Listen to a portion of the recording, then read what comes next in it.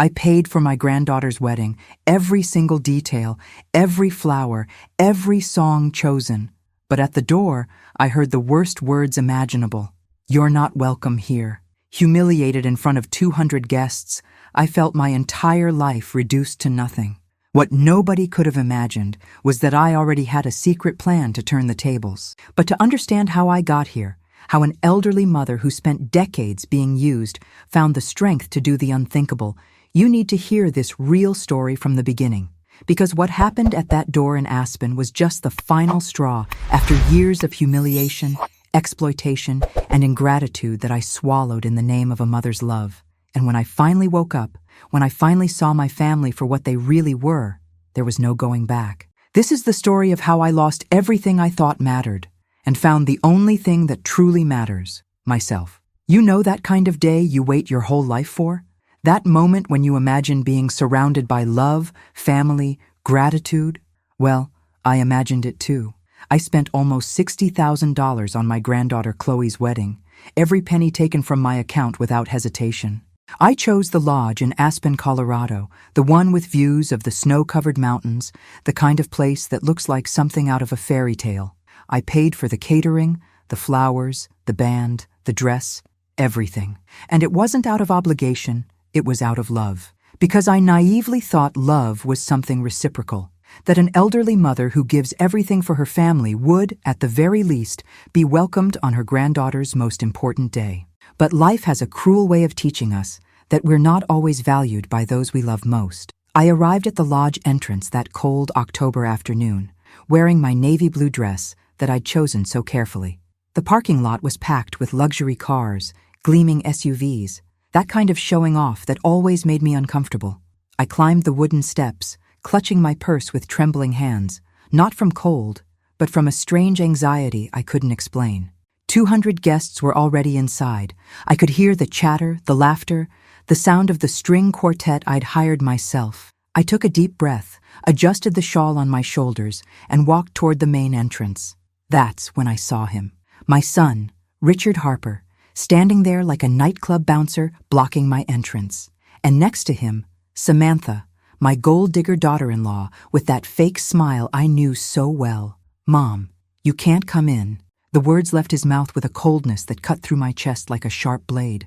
I blinked, trying to process what I'd just heard. Maybe it was a bad joke, I thought, but it wasn't. Richard crossed his arms, that ungrateful son I'd raised, educated, supported for decades, and looked at me like I was an inconvenient stranger. "You're not welcome here," Samantha added, practically spitting the words. I felt my heart drop. There I was, the woman who paid for that entire wedding, being blocked at the door like I was an intruder. My voice failed when I tried to ask why. "Chloe doesn't want you here," Richard lied, without even blinking. The world around me seemed to collapse. People started passing by me, entering the lodge, glancing sideways, whispering. I could feel the stares, the judgment, the humiliation spreading like wildfire. A gray-haired lady shot me a pitying look. A young couple quickly looked away, embarrassed, and there I was, frozen, feeling every ounce of dignity drain through the polished wooden floor of that place I'd chosen myself. "But I paid for all of this," I managed to whisper, my voice breaking. Richard shrugged. "And we appreciate it. But now, please, leave." Samantha was already turning her back, like I was a problem solved, a task crossed off the list.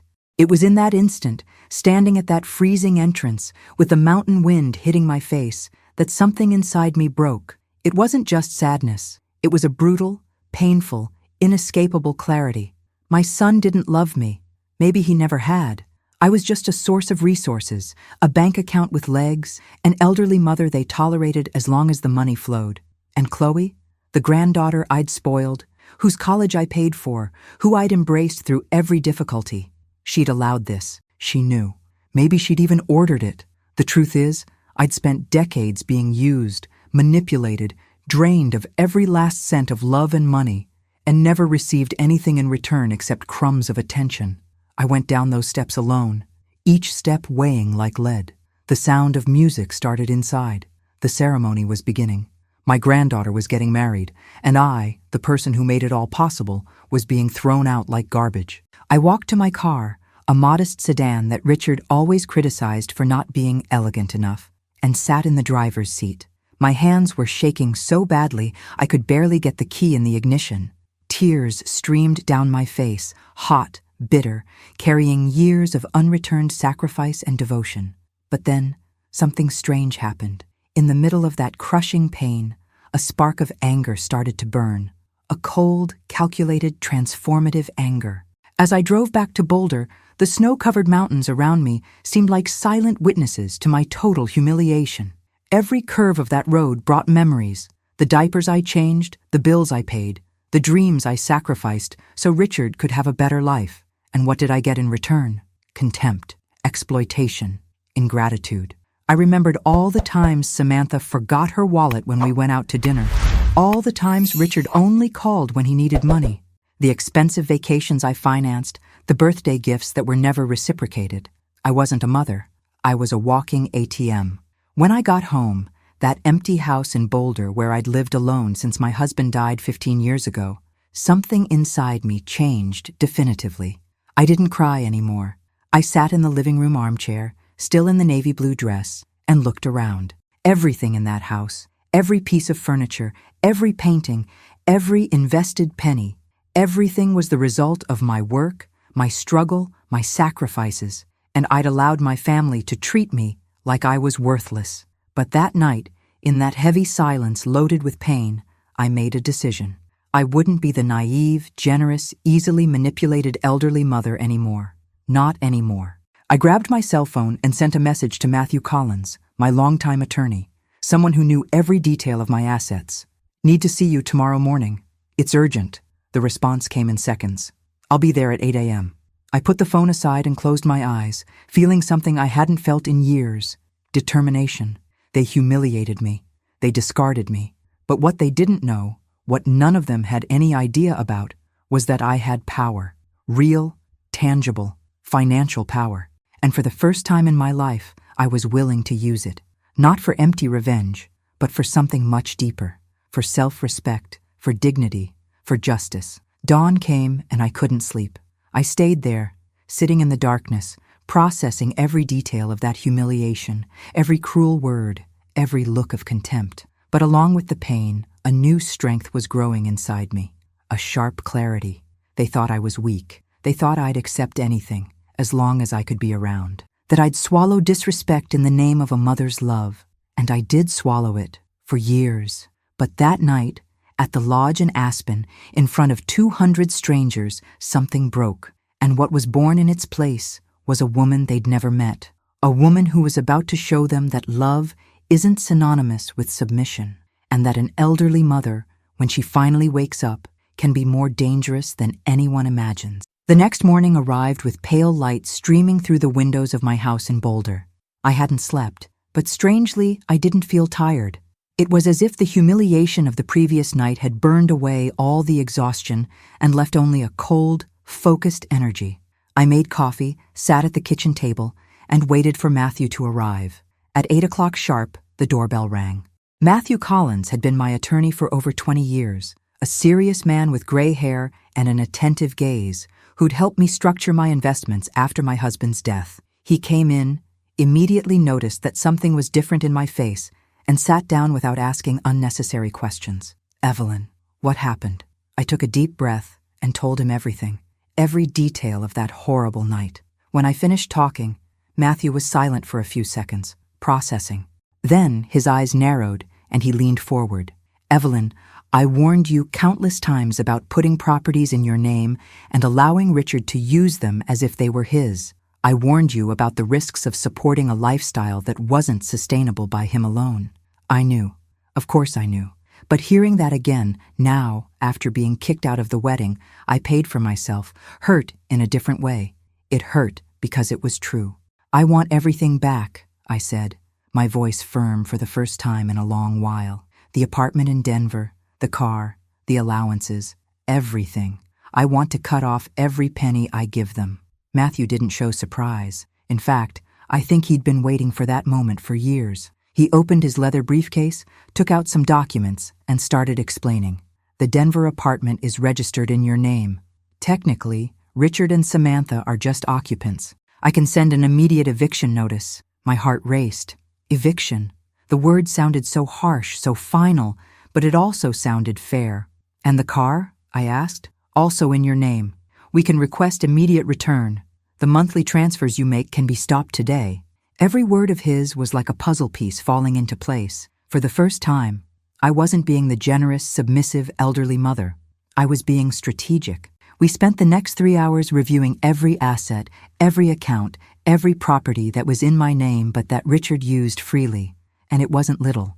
Besides the apartment in Denver, which was worth about $800,000, there was the car, a BMW 7 Series. I'd bought him 2 years ago, claiming he needed something reliable for work. There were also the monthly transfers of $5,000 that I made religiously to his account, without question.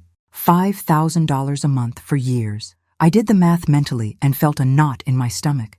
That was $60,000 a year. Money I could have used to travel, to fulfill dreams, to live. But no, I was supporting an ungrateful son and a gold-digger daughter-in-law. Matthew prepared all the necessary documents that same morning.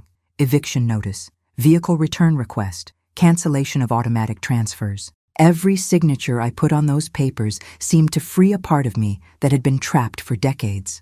"Evelyn," Matthew said, his voice softer now, "are you sure? This is going to cause a huge impact on their lives. They'll be left with nothing overnight." I looked at him, and for the first time in a long while, I didn't feel guilt. I didn't feel doubt. "They left me with nothing last night, Matthew. Without dignity, without respect, without love. It's only fair they feel at least a fraction of what I felt." He nodded, a discreet smile on his lips. I think he was even proud. He left my house with all the documents, promising the notifications would be delivered that same afternoon. When the door closed behind him, I was alone again. But this time, the loneliness didn't weigh on me.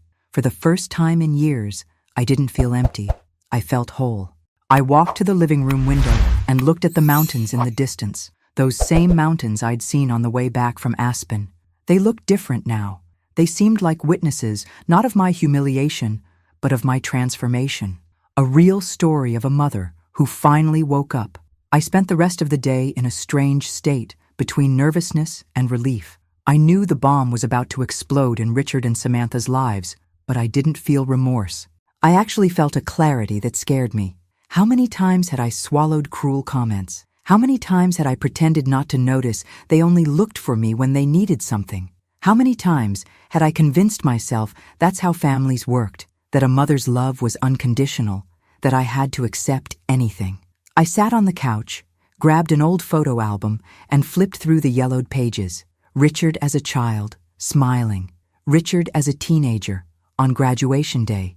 Richard as an adult, at his wedding to Samantha. In every photo, I was there, in the background, smiling, supporting, financing. But in none of those photos did I see reciprocity. I saw an elderly mother bending over backwards and a son who simply took. It was a dynamic I'd accepted as normal, but it never was. I closed the album and put it back on the shelf, not with anger, but with a quiet sadness. That chapter of my life was over. I grabbed my laptop. Yes, I'd learned to use technology, contrary to what my children thought, and started researching things I'd always wanted to do, but never had the courage to. Courses, trips, hobbies. I felt a strange excitement growing in my chest. It wasn't happiness yet, but it was something close. Hope. The feeling that my life wasn't over. Actually, maybe it was just beginning. That evening, I received a message from Matthew. "Documents delivered. Expect contact from them soon." My heart raced. It was real. There was no going back. I lay in bed, staring at the ceiling, imagining Richard's reaction when he received that notification. I imagined the shock, the anger, the desperation, and for the first time, I didn't feel the urge to protect him. He'd made choices, selfish, cruel, calculated choices, and now he'd have to deal with the consequences. I was no longer the mother who solved all problems. I was no longer the woman who accepted crumbs of affection in exchange for bankrolling a life of luxury. I was Evelyn Harper, and for the first time in decades, I was in control. The night's silence was deep, but it wasn't oppressive. It was liberating. I closed my eyes and, for the first time since the wedding humiliation, I managed to sleep. It wasn't peaceful sleep, but it was the sleep of someone who made a decision and wouldn't go back. Tomorrow, chaos would begin. The desperate calls, the manipulation attempts, the false excuses. But I was ready, because now I knew the truth. This wasn't an emotional story of immediate reconciliation. It was a real story of a woman rebuilding her life, piece by piece, without allowing anyone to destroy her again. And that, somehow strange and painful, was the beginning of something new, something I didn't even know was possible. The call came the next morning, exactly as I expected. It was 7:30 when my phone started buzzing insistently on the nightstand. Richard's name flashed on the screen. Those letters that used to fill me with joy now only caused a deep fatigue. I let it ring 3 times before answering. I took a deep breath, preparing myself for what was coming, and pressed the green button. "Hello?" My voice came out calm, almost indifferent. On the other side, my ungrateful son's voice exploded in fury. "What the hell is this, Mom? Have you lost your mind?" He was shouting, completely out of control. I could hear Samantha in the background, that gold-digger daughter-in-law, saying something I couldn't make out, but the tone was equally hysterical. I didn't respond immediately. I let the silence weigh, something I'd never done before. Whenever Richard confronted me, I'd justify myself, explain myself, apologize for things that weren't even my fault. But not this time. "I'm referring to the legal documents you received yesterday," I finally said, my voice firm and measured. "Everything is very clear there." I heard the sound of paper being crumpled, probably the eviction notice Matthew had sent. "You can't do this! That's my apartment!" Richard yelled, and I almost laughed at the irony. His apartment? Did he really believe that? "Richard," I began, my voice dropping an octave, "that apartment is registered in my name. It always has been. You live there because I allowed it, and now I don't allow it anymore." I could feel his disbelief traveling through the phone line. He'd never heard me talk like this. Never. Throughout his entire life, I'd been the compliant elderly mother, the one who gave in, who forgave, who opened her wallet without question. "Are you doing this because of the wedding?" His voice changed, trying to sound reasonable now, manipulative. "Mom, I can explain. Samantha was stressed. Things got out of control. It wasn't supposed to be that way." I closed my eyes, feeling the old pain try to return. But something different happened. The pain hit a wall I'd built, and it didn't get through. "It's not about the wedding, Richard. It's about 30 years of disrespect, exploitation, and ingratitude. The wedding was just the last straw." He was silent for a few seconds, processing. Then the anger returned. "You can't throw us out on the street. We have rights. I'm going to sue you." This time I actually laughed. It was a short laugh without humor, but it was. "You're welcome to try. Matthew Collins reviewed everything. Every document is in order. And since we're talking about rights, Richard, you're also going to need to return the car, the BMW. It's in my name, and I want it back by the end of the week." The sound he made was almost animal-like. "You're taking my car? How am I supposed to get to work?" That was rich. "The same way millions of people get to work every day. Public transportation, Uber, or maybe buying your own car with your own money." Samantha grabbed the phone at that moment, her shrill voice invading my ear. "Evelyn, you need to stop this right now. You're being ridiculous, vindictive, and childish." Something hot rose in my chest, but I kept my voice ice cold. "Samantha, I don't recall giving you permission to call me by my first name. And since we're having this conversation, the monthly transfers have also been canceled. There'll be no more $5,000 dropping into your account every 15th. I heard a muffled scream on the other side. "You can't do that. We depend on that money." And there it was, the naked truth. They depended, not on me, the mother, the person, but on my money. It had always been about that. "You should have thought about that before humiliating me at the door of the wedding I financed," I replied, my voice cutting like ice. "You treated me like trash, Samantha, in front of 200 guests.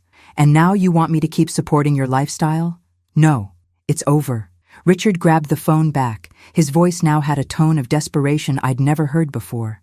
"Mom, please, we can talk in person. Come to Boulder, work this out like adults." Adults. The irony wasn't lost on me. "There's nothing to work out, Richard. The notifications have been sent. The deadlines are clear. You have 30 days to vacate the apartment. The car needs to be returned in a week. End of conversation." But he didn't hang up. He tried one more tactic, the last weapon in his arsenal: guilt. Mom, I'm your son, your only son. Are you really going to make me go through this, after everything we've been through together? My hand gripped the phone tightly. Everything we've been through together. What a joke. Richard, I was your mother my entire life. I raised you alone after your father died. I paid for your college, your wedding, your apartment, your car, your vacations. And what did you do for me? You kicked me out of your daughter's wedding. So yes, I'm going to make you go through this, because you deserve it. The last word came out with a weight that surprised even me. Deserve. He deserved every consequence he was about to face. You're going to regret this, he said, his voice now low and threatening. You're going to be alone, old and bitter, and when you need me, I won't be there. A sad smile touched my lips. Richard, I'm already alone. You made sure of that. The difference is that now I chose this solitude, and I'd rather be alone with dignity than surrounded by people who only use me. I hung up the phone before he could respond. My hands were trembling, not from fear, but from adrenaline. I'd done it. I'd confronted my son, set boundaries, said no, and the world hadn't ended. Actually, it felt like it was just beginning. I put the phone on silent mode and went to make coffee. I knew more calls would come. Desperate messages, manipulation attempts, maybe even threats. But I wouldn't give in. For the first time, I had clarity about who I was and what I deserved. I wasn't an elderly mother obligated to accept crumbs of respect in exchange for unlimited financial support. I was a woman who'd built assets, who'd survived losses, who deserved to be treated with dignity. And if my own son couldn't see that, then he didn't deserve to be part of my life. It was a painful truth, but it was a truth. And truth, I discovered that morning, hurts less than living a lie. As the coffee dripped, I looked out the kitchen window. The sun was rising over the mountains, painting the sky in shades of orange and pink. It was a new day, not just in the literal sense, but in every possible way. I'd spent decades living for others, sacrificing my dreams, my peace, my happiness. And where did it get me? Being kicked out of a wedding I paid for myself. But that was over. The old Evelyn Harper, the one who accepted anything, had died at the entrance of that lodge in Aspen. And the woman standing in that kitchen, drinking coffee and watching the sunrise, was someone completely new. Someone Richard and Samantha were about to get to know very well. Richard woke up the next morning with the illusion that he still had control over something. I found out about this later, through an acquaintance who lived in the same luxury building in Denver where he and Samantha lived, courtesy of my money, of course. He got ready like he always did. That expensive gray suit I'd paid for, the silk tie, the Swiss watch that was a birthday gift but came out of my account. He grabbed the BMW keys, that gleaming car he loved showing off to the neighbors, and went down to the building's garage with the arrogance of someone who thought my threat was a bluff. He really thought I'd back down. That guilt would consume me, and I'd call begging for forgiveness like I always did. But this time, my ungrateful son was completely wrong. When Richard arrived at the garage, he found Tom, the building's doorman, standing next to the BMW with an uncomfortable expression on his face. "Good morning, Mr. Harper," Tom said, holding an envelope. "I have instructions not to allow you to take the vehicle." Richard blinked, confused, as if Tom's words were in another language. "What? Tom, get out of the way, I'm late for work." But Tom didn't move. He extended the envelope, his hands trembling slightly. "I received orders from the vehicle's owner, Mrs. Evelyn Harper. This legal document instructs me to prevent removal of the car until it's officially returned to her." Reality fell on Richard like a bucket of ice water. He snatched the envelope from Tom's hands and read quickly. It was all official, stamped, signed. I could imagine his face turning red, the veins in his neck bulging. He wasn't used to being contradicted, much less publicly. "This is ridiculous. This car is mine," he shouted, drawing attention from other residents who were passing through the garage on their way to their own cars. An elegant blonde lady looked with curiosity. A man in a suit stopped to observe the scene, trying to disguise his interest. Richard was being humiliated exactly as I'd been humiliated. The difference? He deserved every second of it. Tom maintained his professional posture, but I imagine inside he was loving it. After all, Richard had always treated him as inferior, never gave greetings, never said thanks. "I'm sorry, Mr. Harper, but I can't let you take the vehicle." Richard pulled his cell phone from his pocket, probably to call me and yell again. But this time I was smarter. I'd blocked his number after our last conversation. Matthew had advised me to do that, and he was right. All communication would now be through lawyers. I imagine Richard's frustration seeing the call wouldn't go through, that I'd actually cut him off. He put the phone away forcefully, his face twisted in impotent rage. "This won't stay like this," he yelled at Tom, as if the doorman had any blame. Then, in a moment that must have destroyed his gigantic ego, Richard did something he probably never imagined doing. He called an Uber. There, in the luxury building's garage, surrounded by expensive cars, my son had to request a car through an app. The neighbors watched, some hiding smiles. Gossip spreads fast in buildings like that, and I knew by the end of the day, everyone would be talking about the man from apartment 1502 who couldn't use his own car anymore. When the Uber arrived, a modest used Toyota Corolla, Richard got in with the rigid posture of someone making the greatest sacrifice of their life. The driver tried to make conversation. "Good morning. How's the weather?" Richard mumbled something inaudible and spent the rest of the trip in furious silence, typing angry messages I'd never receive. Every traffic light, every turn of that trip must have been torture for his inflated ego. And I, sitting in my house in Boulder, drinking chamomile tea, felt a quiet satisfaction. Meanwhile, Samantha was having her own awakening to reality. She woke up later, as she always did. After all, why wake up early when you don't work, and all the bills are paid by an overly generous elderly mother? She stretched, grabbed her phone, and opened her favorite delivery app, the one she used at least 3 times a day, to order expensive food from fancy restaurants. Breakfast from a French bistro, lunch from an award-winning Japanese place, dinner from an exclusive steakhouse. Everything charged to the credit card that was linked to my account. Or rather, that had been.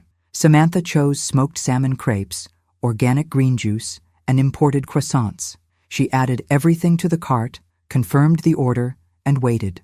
The error message appeared almost instantly. "Payment declined.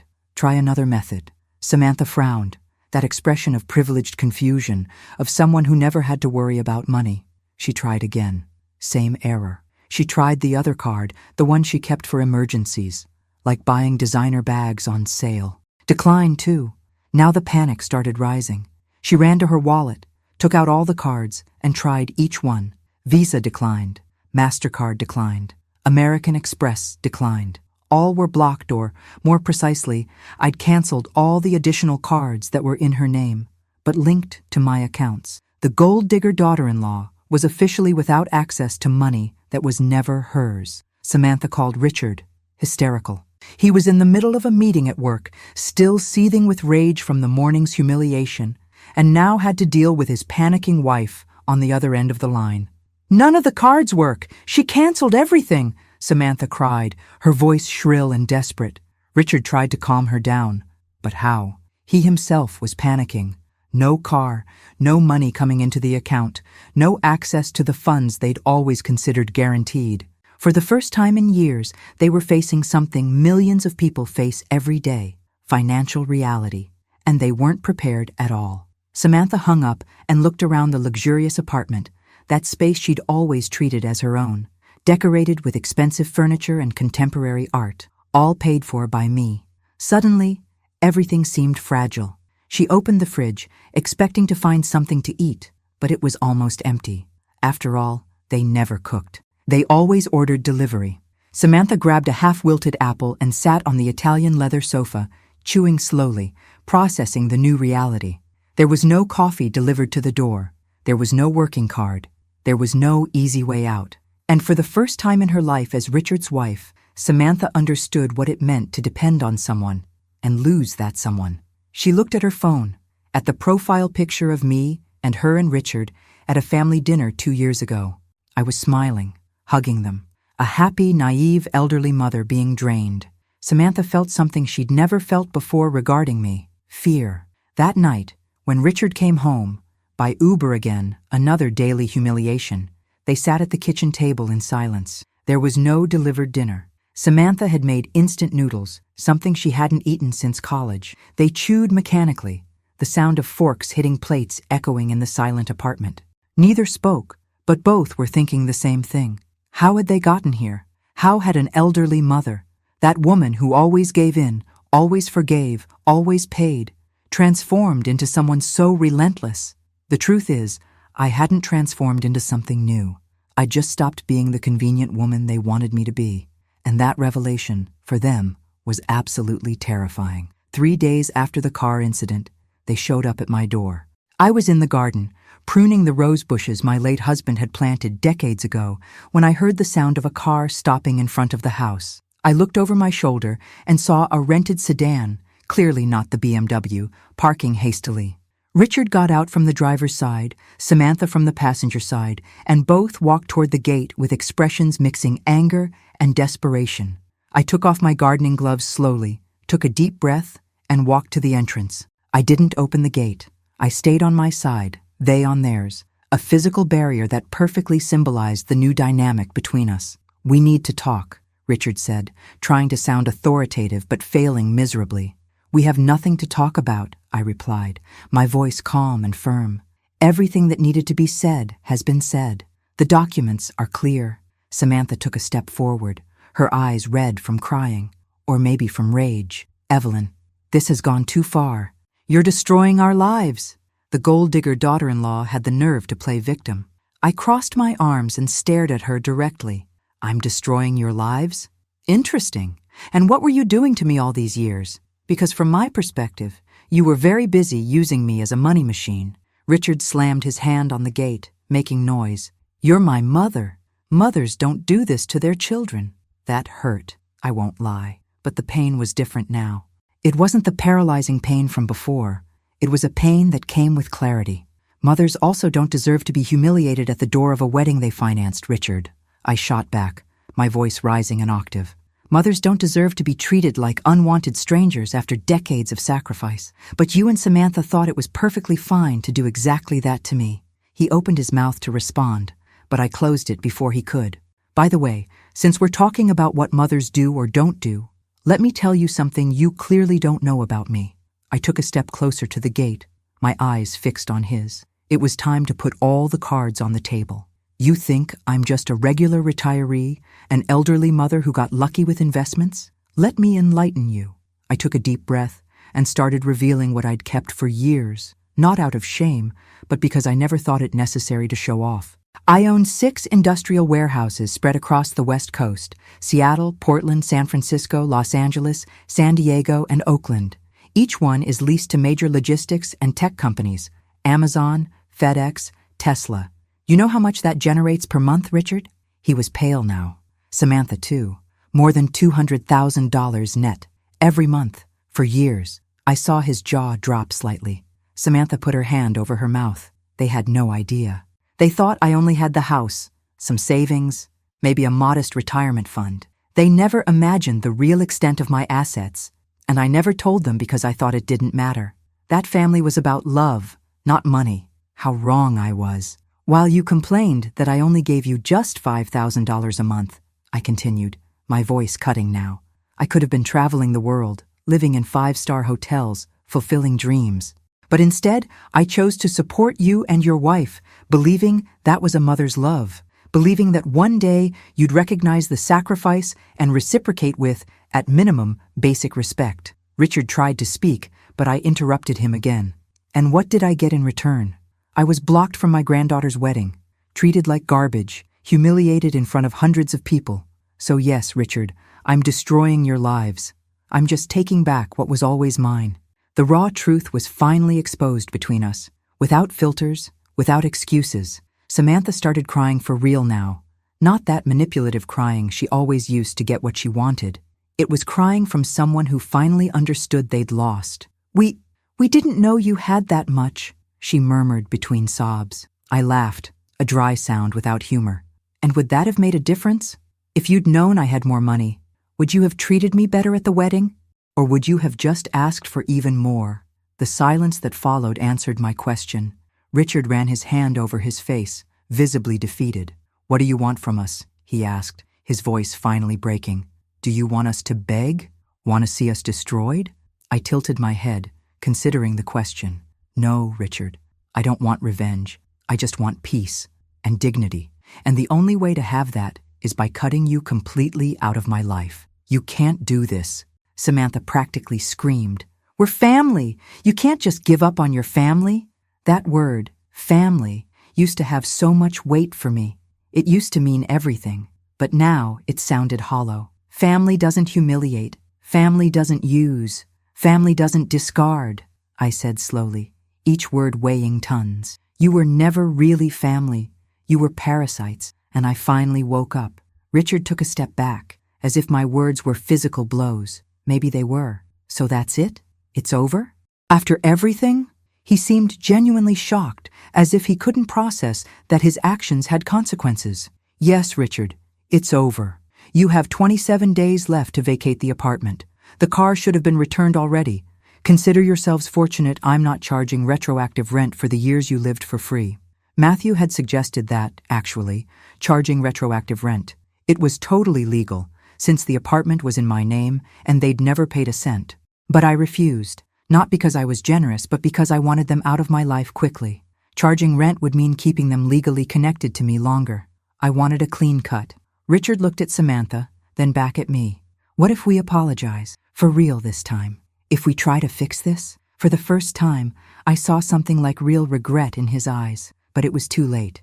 Richard, there are things in life that apologies don't fix. There are humiliations that don't get erased with pretty words. You showed me exactly how much I'm worth to you. Nothing. And I finally believed it. I turned my back on them, starting to walk back inside the house. Mom, wait! Richard shouted, his voice breaking completely now.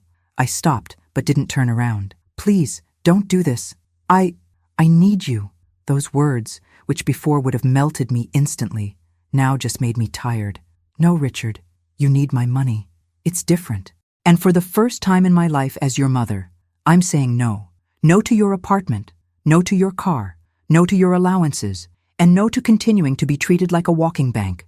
I went inside without looking back and closed the door. Through the window, I saw them standing there for a few more minutes, completely lost. Then, finally, they returned to the rented car and left. And I, for the first time in decades, felt something strange and wonderful, freedom. I sat on the living room couch, my hands still trembling slightly from the adrenaline of the confrontation. It had been harder than I'd imagined, facing my son and putting a definitive end to that toxic relationship. But it had also been necessary, absolutely necessary. I looked around my house, that space that suddenly seemed bigger, more breathable. I no longer had the weight of expectation, obligation, guilt crushing me. I grabbed my phone and sent a message to Matthew. They came. I held my ground. Thank you for helping me find my strength. The response came quickly. You always had that strength, Evelyn. You just needed a reason to use it. I'm proud. I smiled. A small but genuine smile. An emotional story doesn't need an immediate happy ending. Sometimes the most powerful moment is simply the moment you decide you deserve more. And I'd just done exactly that. Chloe's call came 2 weeks after the confrontation on the sidewalk. I was in the kitchen preparing tea when the phone rang, and her name appeared on the screen. My heart automatically tightened. That Pavlovian reflex of a grandmother who worries and loves even when she's hurt. I hesitated for a few seconds, my finger hovering over the answer button. Part of me wanted to ignore it, let it go, move on.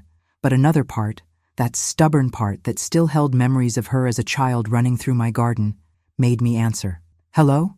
My voice came out neutral, careful. On the other side, I heard sobs. Chloe was crying compulsively, that kind of crying that comes from a deep, desperate place. Grandma, she managed to say between tears. Grandma, I'm so sorry. I'm so sorry. I didn't respond immediately. I let the silence fill the space between us, a silence that said more than any words could. Chloe continued crying, and I could hear the sound of cars in the background, as if she were on the street. I didn't know they were going to do that to you, she finally managed to articulate. I swear, Grandma, I didn't know Dad and Mom were going to block you at the door.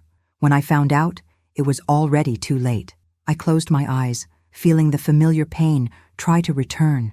But there was something different in her voice. It wasn't just an excuse. There was something deeper, more broken. Chloe, I began, my voice still controlled. You knew I'd paid for everything, every detail of that wedding. And even so, you didn't come looking for me afterward. Didn't call, Didn't send a message. It's been 2 weeks. I know, she sobbed. I know, and I have no excuse. I was ashamed, scared. Brandon and his family they have so much money, so much status. And I thought if I confronted my parents, if I caused drama, they'd ruin everything. They'd think I came from a problematic family. The honesty hurt more than a lie would have hurt, because that was exactly it. Chloe had chosen appearances, status, acceptance from a wealthy family over the grandmother who'd always been there. So you sacrificed me, I said simply. It wasn't a question. You chose not to make waves, not to risk your perfect new life, and let me be humiliated and discarded. An elderly mother who always loved you, always supported you, paid for your entire college, and you left me there, outside, like I didn't matter. Her crying intensified. I know I did that, and I can't sleep at night thinking about it. But Grandma, you need to understand. Brandon isn't who I thought he was. Something in her voice changed, became more desperate. He only married me for money. He thought my family had money because of the expensive wedding, the lodge, everything. And when he found out we don't have anything, that it was all you, and that you cut off my parents, she paused, breathing with difficulty. He left me, Grandma, 3 weeks after the wedding, said I deceived him, that I sold a false image, asked for an annulment. I felt a tightness in my chest, not from pity, but from sadness for the cruel lesson she was learning. The gold digger son-in-law had shown his true face. Where are you now? I asked, my voice softening just a bit. I'm temporarily living with a friend from college in Denver. I can't go back to my parents' home because they're being evicted from the apartment. They told me everything, Grandma. About the warehouses, about the money, about how you cut them off. There was something in her voice now. It wasn't accusation. It was understanding. And I don't blame them anymore. I understand why you did it. They treated you horribly. We all did. Chloe took a long pause. I spent the last few days thinking about my entire life, about all the times you were there, at graduations, at dance recitals, at nights when I'd call crying about some idiot boyfriend.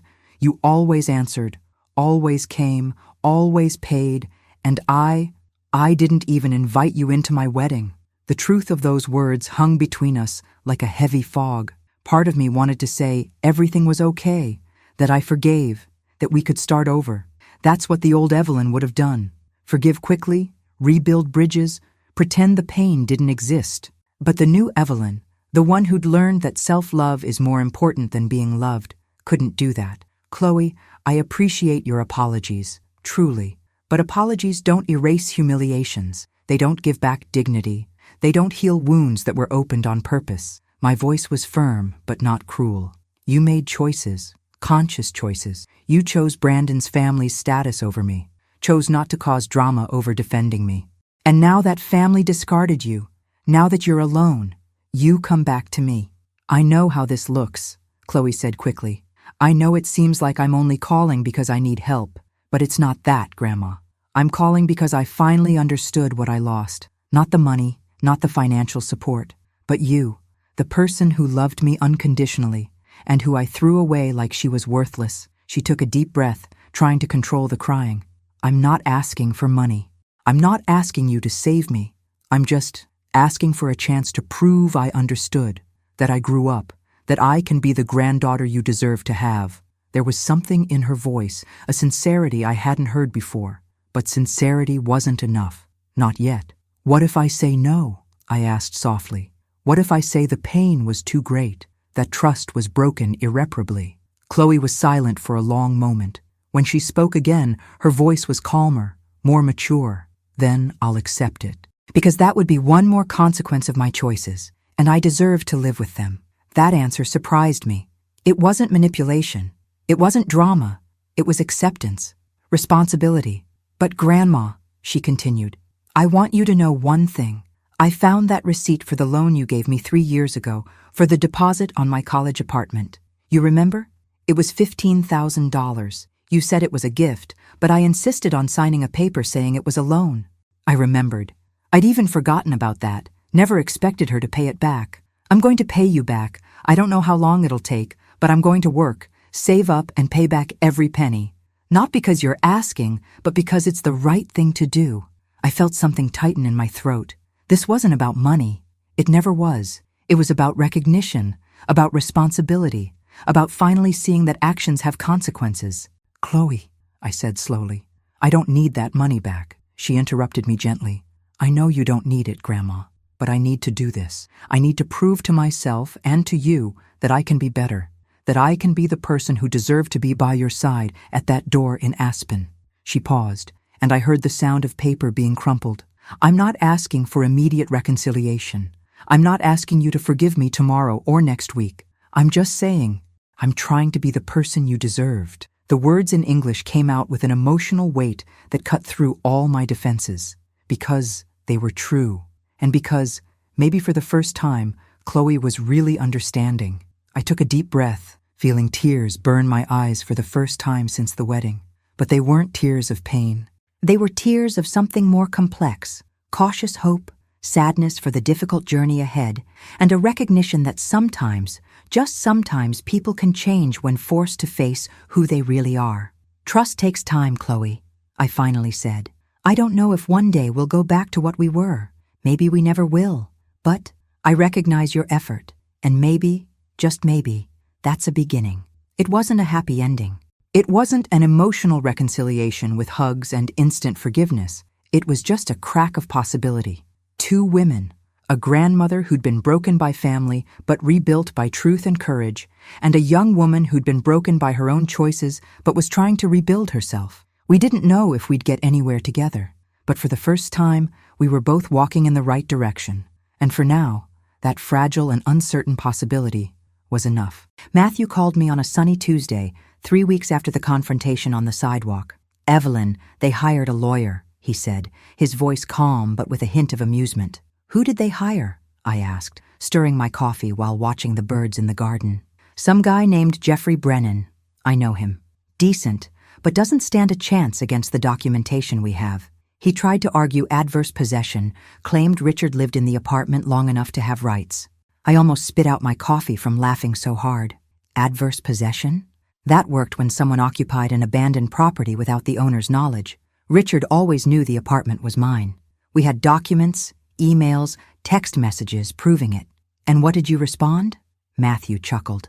"I sent 3 years of emails where Richard thanks you for letting him stay in the apartment. End of discussion." The truth is, Richard and Samantha were desperate.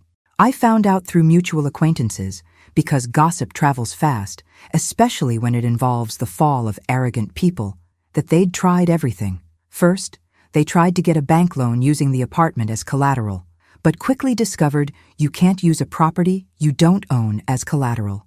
Then, they tried to sell some of the furniture and artwork that decorated the apartment. The problem? I had receipts proving I'd bought everything. Matthew sent a cease and desist letter. They couldn't sell anything. Samantha tried to get a job for the first time in 8 years of marriage, but discovered that having an empty resume at 34 wasn't exactly attractive to employers. The gold digger daughter-in-law was finally facing the consequences of having lived as a parasite for almost a decade. The 30-day deadline was coming to an end.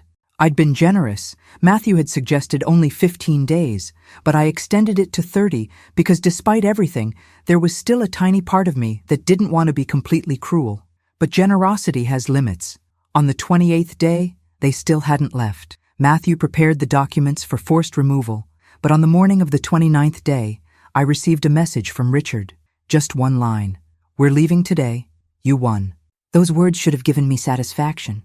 But all I felt was a deep tiredness. There were no winners there, just people who destroyed relationships over greed and pride. But at the same time, I knew I'd made the right choice. I'd chosen myself for the first time in decades. I found out from neighbors that the move was pathetic. Richard and Samantha rented a small truck. They couldn't afford the big ones, and spent the entire day loading boxes. They didn't have money to hire helpers, so they did everything themselves. Neighbors watched from windows, some with pity, others with that secret pleasure people feel when they see the mighty fall.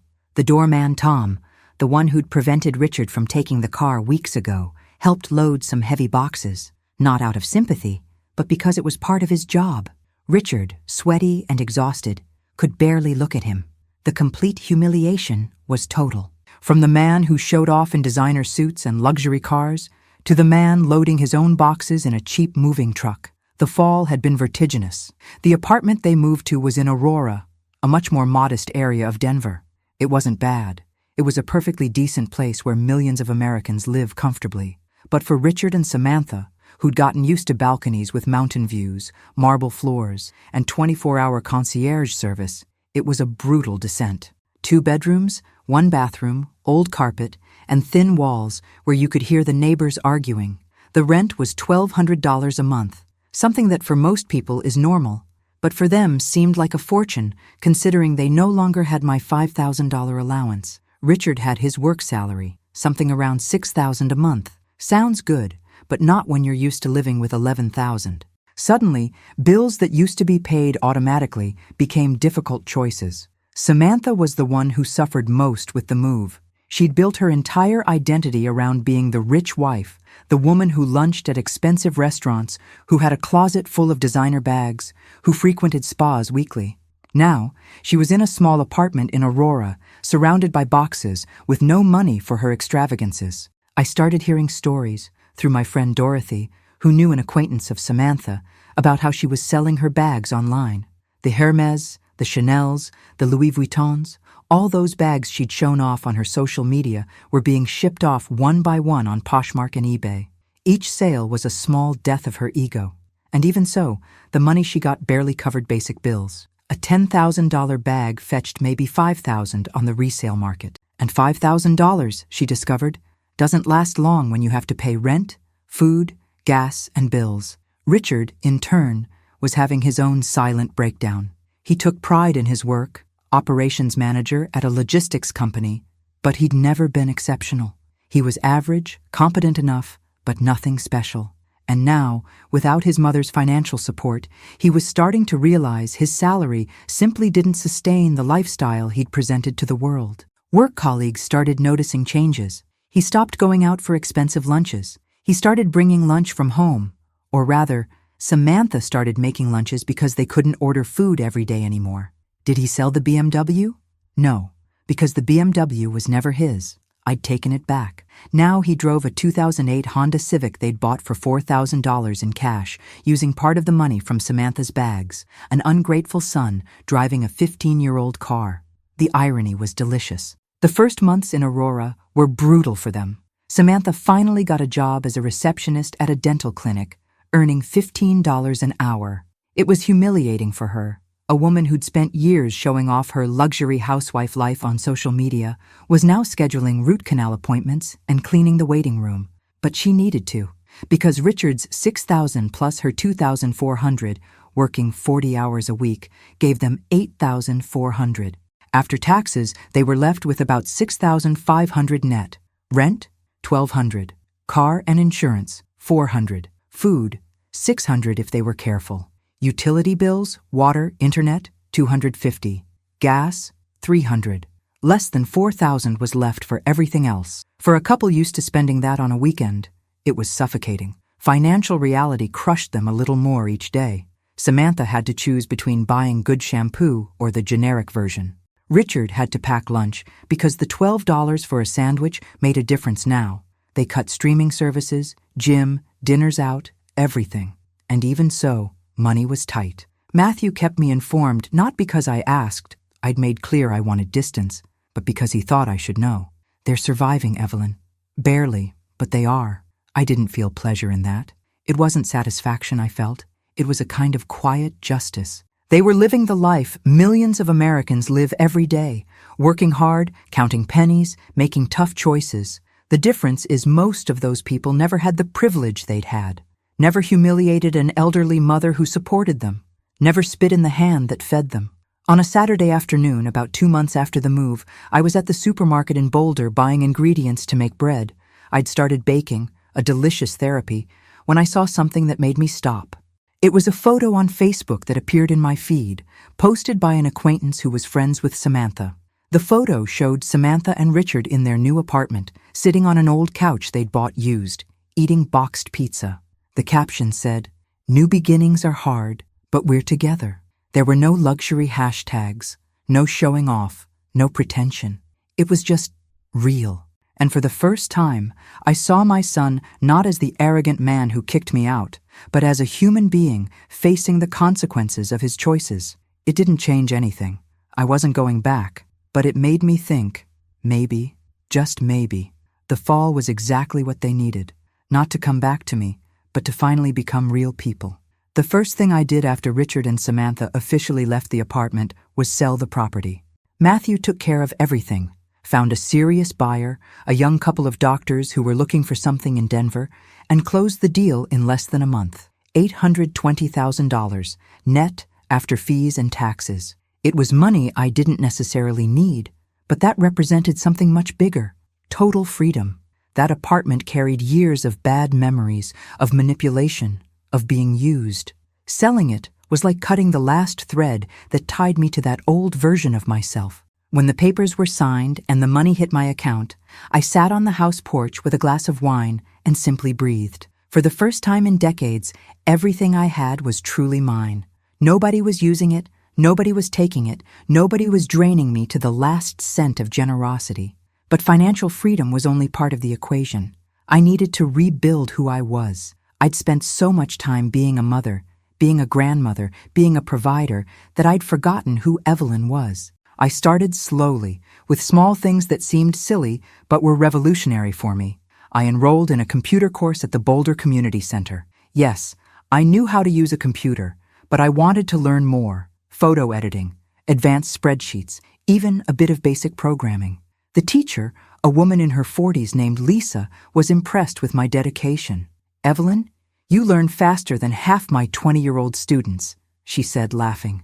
That filled me with pride. I wasn't just a discarded elderly mother. I was capable, intelligent, relevant. I was rediscovering that, one day at a time. After computers came Italian. I'd always wanted to learn, ever since my husband and I dreamed of visiting Tuscany. A dream we never fulfilled because he died before, and afterward I was too busy financing others' lives. I found a language school in Boulder that offered classes for adults and enrolled without thinking twice. The teacher, a real Italian named Marco, had that warm and encouraging way that made even mistakes seem charming. "Evelyn, il tuo accento è bellissimo," he'd say, and I'd laugh, knowing my accent was probably horrible, but appreciating the encouragement. The class was small, 6 people, all over 50, and for the first time in years I had friends who didn't know me as Richard's mother or Chloe's grandmother. I was just Evelyn, and that was liberating. It was during one of those Italian classes that I met Andrew Miller, or rather, recognized him. Andrew had been my late husband's friend, a retired veterinarian who lived in Lyons, a small rural town about 20 minutes from Boulder. We'd lost touch after my husband died, but there he was, trying to conjugate Italian verbs with the same difficulty I had. After class, we had coffee together at a nearby cafe. "Evelyn," he said, stirring his cappuccino, "I heard rumors about what happened with you and your family. Small town, you know how it is." I nodded, prepared for judgment or pity, but he just smiled. "Good for you. It took time, but you finally put yourself first." Those simple words meant more than any big speech. Andrew and I started meeting regularly. It wasn't romance, we both made that clear from the beginning, but it was companionship, something I hadn't had in years. He told me about his own rebirth after his wife's death 5 years ago, about how he'd sold the veterinary clinic and now lived quietly on a rural property with 3 rescued dogs. "I always wanted to have a shelter," he confessed one day while we were walking through a park, "a place where abandoned dogs could have a second chance. But I never had the courage to do it alone." Something lit up inside me. "What if it wasn't alone?" I asked. He looked at me, curious. "I have resources. You have experience, and we both have time and desire to do something that really matters. Why not?" An emotional story doesn't have to be about revenge or family drama. Sometimes it's about 2 people finding purpose together. The idea of the dog shelter started as a casual conversation, but quickly transformed into concrete plans. Andrew had a large piece of land in Lyons, about 3 acres, with a main house and 2 old barns that weren't being used. "We could renovate the barns," he suggested, his eyes sparkling with enthusiasm I hadn't seen since I met him. "Create individual spaces for the dogs, an exercise area, maybe even a small veterinary clinic for basic care." I was already grabbing my laptop, researching licenses, regulations, costs. We discovered that with about $150,000, we could do proper renovations, equip everything, and have operational funds for the first year. We'd split the costs. He'd contribute the land and veterinary expertise. I'd contribute capital and administrative skills I'd developed managing my commercial properties. It was perfect. The next 3 months were the most exciting I'd lived in decades. We hired contractors, approved blueprints, chose materials. I was constantly in Lions, supervising construction, making decisions, feeling useful in a way I'd never felt supporting my ungrateful son. Every wall erected, every fence installed, every kennel built was a piece of my rebirth. Andrew and I worked side by side, sometimes arguing about details. He wanted heated floors in the kennels. I thought it was too expensive, but always reaching a consensus. There was mutual respect, something that had been so lacking in my family relationships. He valued my opinion, listened to my ideas, shared responsibilities equally. It wasn't about him using me or me sacrificing myself. It was about real partnership, and that healed something deep inside me. When the shelter was ready, we named it Second Chance Ranch. It was a beautiful property. 2 renovated barns housed 20 spacious kennels with heating and air conditioning.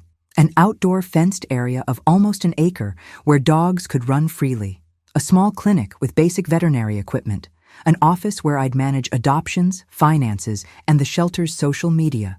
We even hired 2 part-time employees, local young women who loved animals and needed work. On the informal opening day, just Andrew, me, and the 2 employees, we released the first 5 rescued dogs into the space. Seeing those animals, who'd been abandoned, mistreated, neglected, running freely under the Colorado sun, made me cry. Not from sadness, but from newfound purpose. I was giving second chances to them, just as I'd given myself a second chance. The weeks that followed were intense but rewarding. I'd wake up at 6 in the morning, something I hadn't done in years, and drive to Lions. I'd spend the day organizing adoptions, updating our website, taking photos of the dogs to post online, helping Andrew with feeding and care. It was physical work, exhausting, sometimes frustrating when a dog was sick or when an adoption fell through. But it was real. It was meaningful. Every dog that found a home was a victory I could see, touch, feel. It wasn't like transferring money to an account and hoping for gratitude that never came.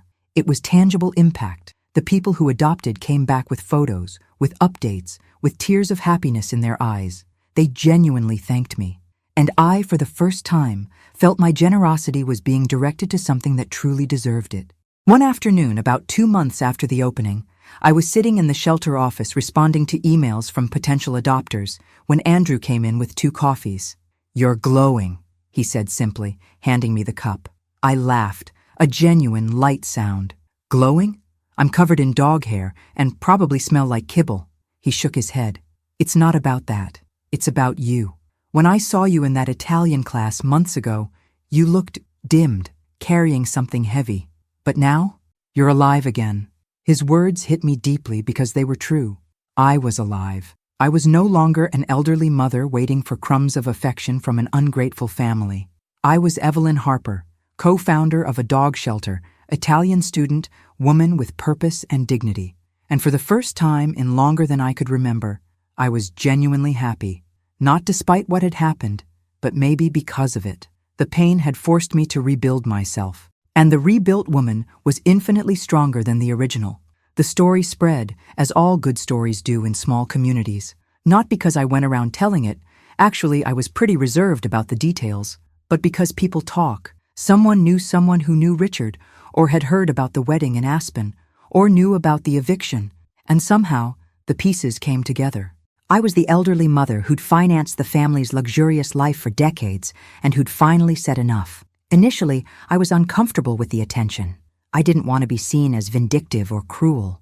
But Dorothy, my longtime friend from the community center, told me something that changed my perspective. "Evelyn, don't you realize how much your story matters? How many of us spend our entire lives being used by ungrateful children, by families who only see us as a bank?" She had tears in her eyes when she said this. "You did what most of us don't have the courage to do. And that gives us hope." That's when I started to realize the real impact. At the Boulder Community Center, where I attended computer classes and occasionally participated in social events, women started approaching me. not invasively, but gently, as if testing the waters. Patricia, a 72-year-old lady, pulled me aside after a community tea.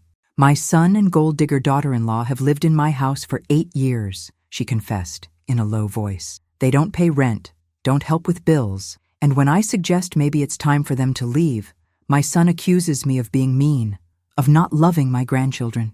She looked at me with a mixture of admiration and sadness. "How did you find the courage?" I held her hand. "When the pain of staying becomes greater than the fear of changing," I replied simply. I saw something light up in her eyes. Another woman, Margaret, approached me at the supermarket. She was about 60, with dyed blonde hair and a tired look. "I heard your story," she began, hesitant. "My daughter is 35 and has never left home. She has 2 degrees I paid for, but works part-time and spends all her money on trips and clothes. I pay for food, the roof, everything. And when I suggest she contribute, she says I'm selfish, that real mothers don't charge their children." Margaret wiped a tear rolling down. "Sometimes I feel like I'm being drained dry, but how do I say no to my own daughter?" We talked right there, between the vegetable and dairy aisles, about boundaries, about self-love, about the difference between supporting and being exploited. When we said goodbye, she hugged me tight. "Thank you for showing me I'm not bad for wanting my life back." The stories kept coming.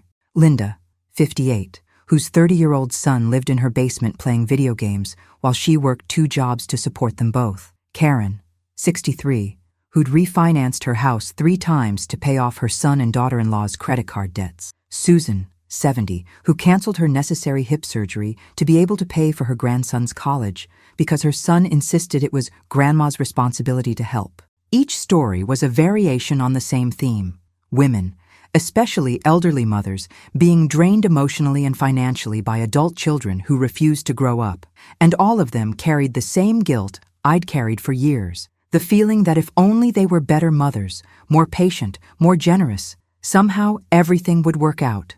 But it doesn't work out. It never works out when only one side is giving and the other is just taking. Dorothy organized an informal meeting at the community center, something she affectionately called Support Group for Courageous Mothers. Initially, I thought it would be small, maybe 5 or 6 women. But when I arrived that Thursday night, there were 23 women sitting in a circle in the events room. 23, all with their own versions of my story. Some had sons who manipulated them emotionally. Others had daughters who used them as full-time free babysitters while they themselves traveled. There were women whose sons borrowed money with no intention of returning it. Women whose daughters-in-law or sons-in-law treated them with contempt but demanded expensive gifts for the grandchildren. It was a silent epidemic of family abuse disguised as a mother's love, a real story multiplied by millions across the country. I hadn't planned to speak much at that first meeting, but Dorothy encouraged me. "They need to hear from you, Evelyn. They need to hear it's possible to survive on the other side." So I told my story. Not all the sordid details, but enough. The wedding in Aspen, the total humiliation at the door, the decision to cut off financially, the confrontation, the rebuilding. I talked about the pain, about the guilt that still visited some nights, about the fear of having made an irreparable mistake. But I also talked about freedom, about the dog shelter, about waking up in the morning and not feeling that crushing weight of being used. When I finished, the silence in the room was profound. Then, one by one, the women started speaking, sharing, crying, admitting things they'd never admitted before because they thought they were the only ones suffering. The group became regular. Every Thursday night, we'd meet. Some weeks we had 15 women, other weeks we had 30. Women of all ages, though most were over 50. It wasn't formal therapy. None of us were therapists. But it was a safe space, a place where we could say, "My son treats me badly and I'm tired," without being judged as bad mothers. Where we could discuss practical strategies, how to establish boundaries, how to say no, how to protect finances, how to deal with emotional manipulation. Dorothy started bringing printed materials, articles about emotional dependency, about narcissism in adults, about parental codependency. I shared legal information I'd learned from Matthew, how to protect properties, how to structure wills to avoid exploitation, basic rights many didn't know they had. But the most powerful thing wasn't the practical information. It was the sense of community. It was Patricia saying, 3 months after our first conversation, that she'd finally given her son an ultimatum. Either he started paying rent or found another place. It was Linda telling, with tears of pride, that she'd kicked her son out of the basement and transformed the space into an art studio she'd always wanted. It was Karen sharing that she'd stopped paying her son's debts and used the money to finally take that trip to Europe she'd dreamed of for 20 years. Every small victory was celebrated by all of us because we understood. We understood the weight that had been carried and the courage needed to put that weight down. We weren't encouraging abandonment or cruelty. We were encouraging dignity, self-preservation, self-love. The Boulder community started seeing us differently too.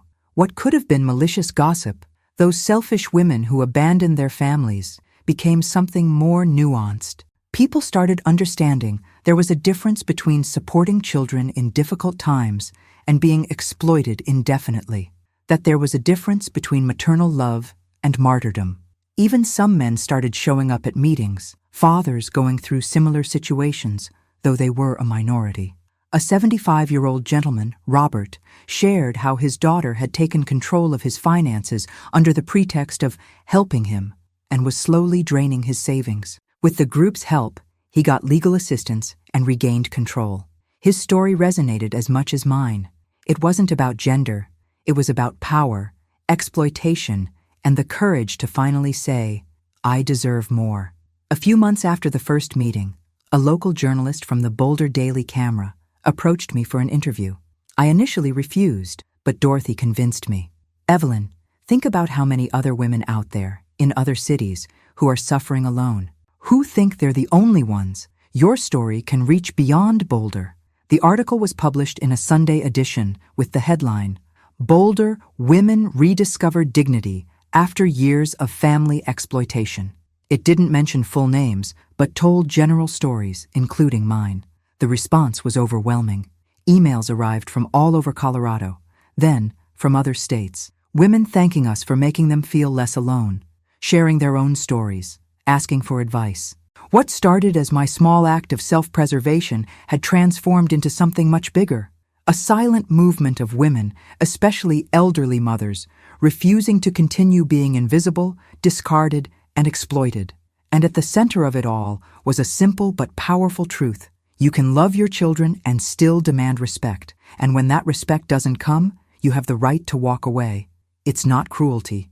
It's survival. 5 months had passed since that first desperate call from Chloe. 5 months of cautious silence between us, punctuated only by occasional text messages.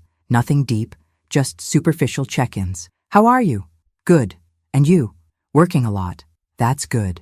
It was an uncomfortable dance between two people who no longer knew how to relate. I didn't pressure her. She didn't ask for anything. It was a fragile balance we both respected because we understood that broken trust doesn't rebuild overnight. I was busy with the shelter, with my support group, with my Italian classes that were now at intermediate level. She was, according to her sparse messages, working 2 jobs and trying to figure out who I am.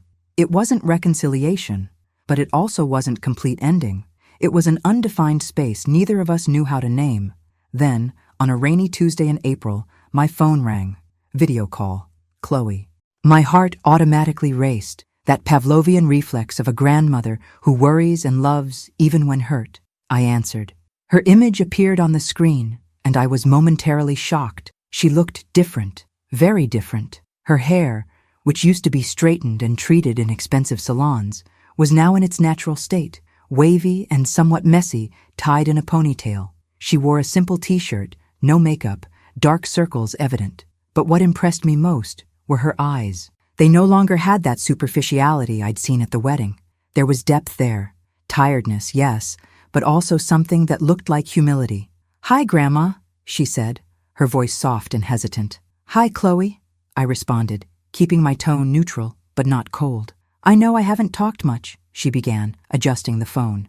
I could see she was in a small, minimalist room. Nothing like the luxurious environments she used to post on social media. "I've been respecting your space, but there are some things I need to tell you. Things I did.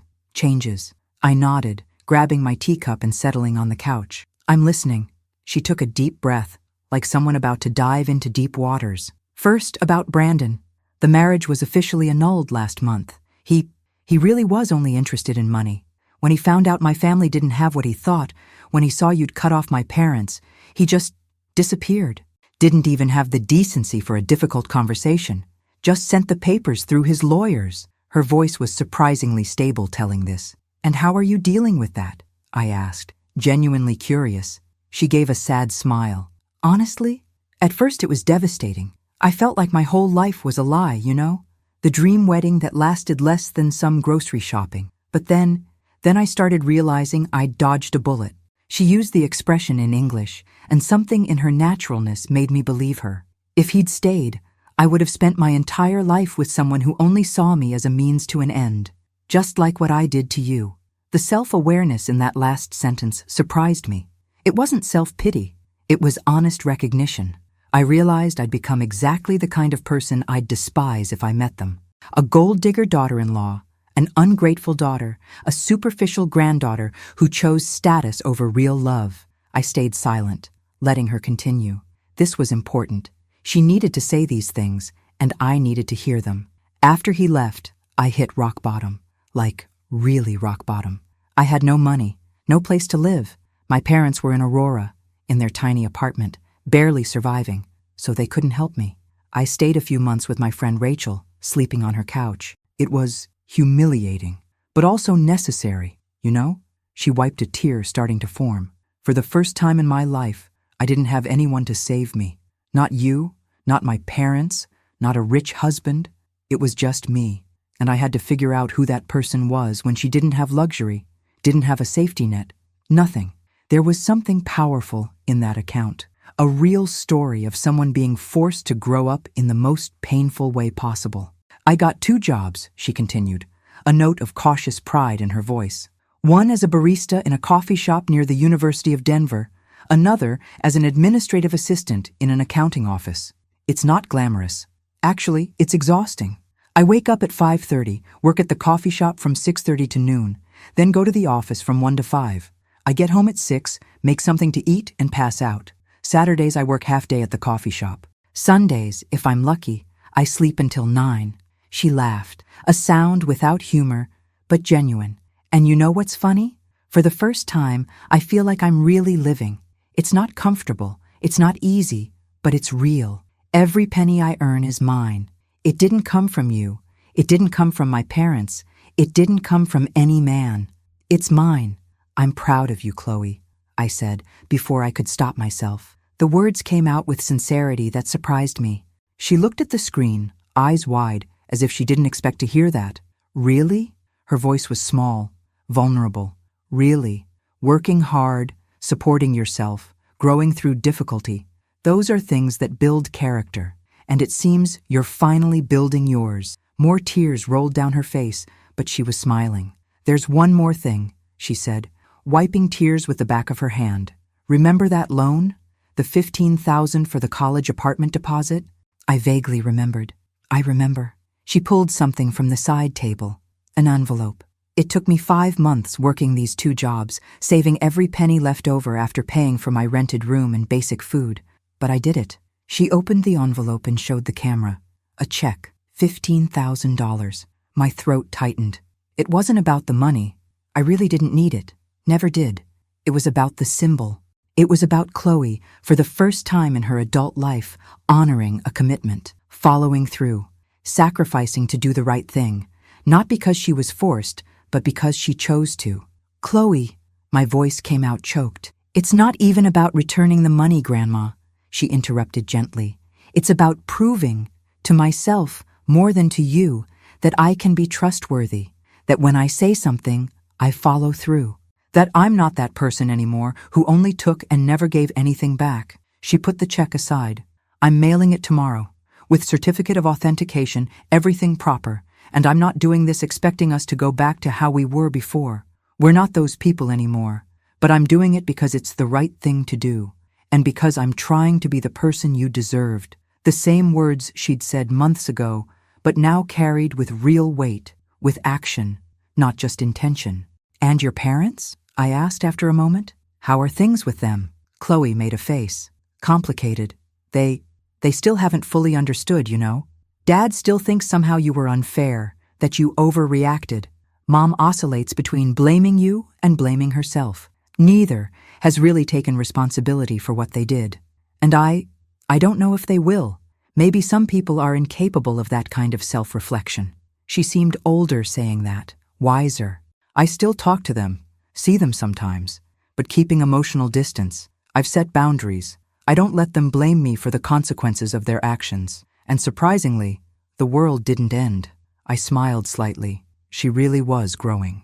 So what happens now? I asked, the question hanging between us like fog. Chloe thought for a moment. Honestly, I don't know.